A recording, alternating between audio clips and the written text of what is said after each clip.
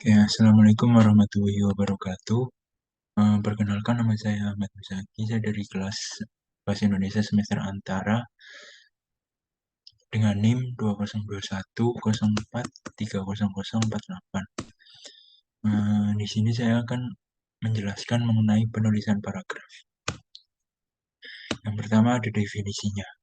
Eh, Paragraf itu merupakan bagian karangan yang terdiri atas beberapa kalimat yang berkaitan secara utuh dan padu serta membentuk satu kesatuan pikiran. Secara lahiriah, bagian paragraf terdiri dari kalimat topik atau kalimat utama, kalimat penjelas, kalimat penegas, dan juga kalimat penghubung antar kalimat. Menurut Sugi Hastuti dan Saudah pada 2015 menjelaskan bahwa paragraf itu adalah seperangkat kalimat yang menginformasikan atau membicarakan suatu gagasan atau juga topik. Selanjutnya ada syarat dari paragraf. Yang pertama, kepaduan paragraf. Kepaduan adalah kekompakan hubungan antar kalimat yang satu dengan yang lain dalam bentuk paragraf itu, atau setiap kalimat dapat dalam paragraf itu berhubungan.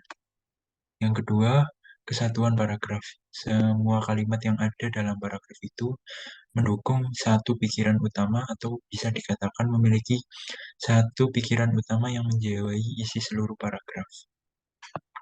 Dan yang terakhir ada kelengkapan paragraf. Kelengkapan yang dimaksud di sini itu adalah ketuntasan pembicaraan dalam suatu paragraf.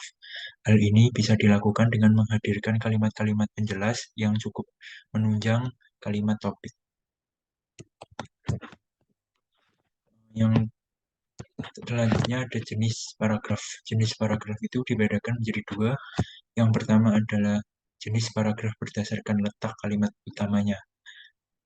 Dan dibagi lagi. Yang pertama ada paragraf deduktif. Paragraf deduktif ini merupakan jenis paragraf yang letak kalimat utamanya itu di awal paragraf. Kalimat utama yang terletak di awal paragraf cenderung berupa kalimat yang memiliki makna umum sehingga makna yang terkandung dalam kalimat tersebut menyeluruh pada paragraf tersebut. Yang kedua ada paragraf induktif. Paragraf induktif merupakan jenis paragraf yang letak kalimat utamanya itu ada di akhir paragraf. Yang ketiga ada paragraf ineratif. Paragraf ini meletakkan kalimat utamanya di tengah paragraf. Kalimat utama tersebut menjelaskan secara umum isi paragraf setelah diawali dan diakhiri dengan kalimat penjelas. Selanjutnya ada paragraf variatif atau biasa disebut juga paragraf campuran. Jenis paragraf ini kalimat utama di awal dan di akhir paragraf sehingga paragraf ini dimulai dengan kalimat umum yang diakhiri dengan kesimpulan. Selanjutnya yang terakhir ada paragraf deskriptif. Jenis paragraf ini tidak memiliki kalimat utama karena seluruh kalimat dalam paragraf ini berupa kalimat inti. Jenis paragraf yang kedua itu adalah jenis paragraf berdasarkan isinya. Yang pertama itu ada paragraf argumentasi. Jenis paragraf ini dipenuhi dengan kalimat pendapat yang membahas sebuah pandang permasalahan dengan sudut pandang penulisnya. Dan yang kedua itu ada paragraf eksposisi. Jenis paragraf ini merupakan paragraf yang menjelaskan tahapan suatu proses atau aktivitas atau juga bisa kegiatan yang disusun secara sistematis. Selain itu, paragraf ini juga menjelaskan definisi suatu istilah atau ilmu pengetahuan pada bidang apapun. Yang ketiga itu ada paragraf deskripsi. Jenis paragraf ini merupakan paragraf yang menggambarkan suatu kondisi atau letak atau benda yang dijelaskan dengan kalimat secara detail, yang mendeskripsikan. Dan yang keempat ada paragraf persuasi. Jenis paragraf persuasi merupakan paragraf yang berisi kalimat ajakan yang bertujuan mempengaruhi pembaca agar mengikuti ajakan penulisnya. Dan yang terakhir ada paragraf narasi. Jenis paragraf ini merupakan paragraf yang berisi kalimat cerita yang dilengkapi dengan peristiwa, tokoh, dan juga latar belakang komponen pada paragraf tersebut. Oke, selanjutnya ada teknik pengembangan paragraf. Yang pertama itu ada khusus. Paragraf umum khusus dimulai dengan pikiran utama atau pernyataan umum, kemudian diikuti pikiran-pikiran penjelas atau pernyataan khusus. Dan yang kedua ada khusus umum. Paragraf dimulai dengan pikiran-pikiran penjelas atau pernyataan khusus, kemudian diikuti oleh pikiran utama atau pernyataan.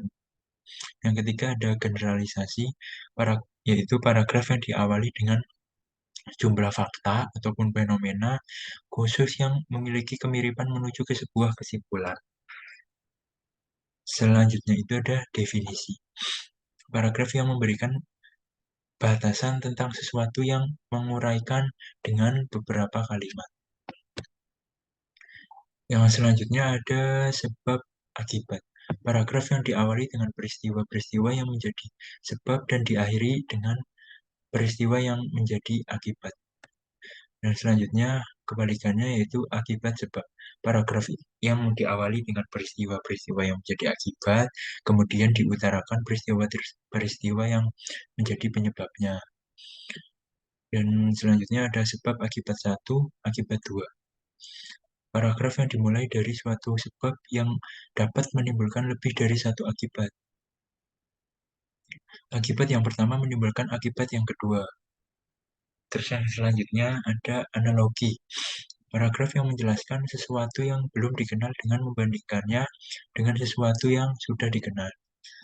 Yang selanjutnya ada kronologi, paragraf yang disusun berdasarkan urutan waktu kejadian.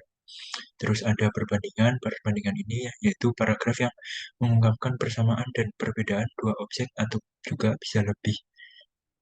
Yang terakhir itu ada contoh, paragraf yang mengungkapkan sesuatu pernyataan yang diikuti rincian berupa contoh-contoh. Sekian presentasi dari saya. Terima kasih. Wassalamualaikum warahmatullahi wabarakatuh.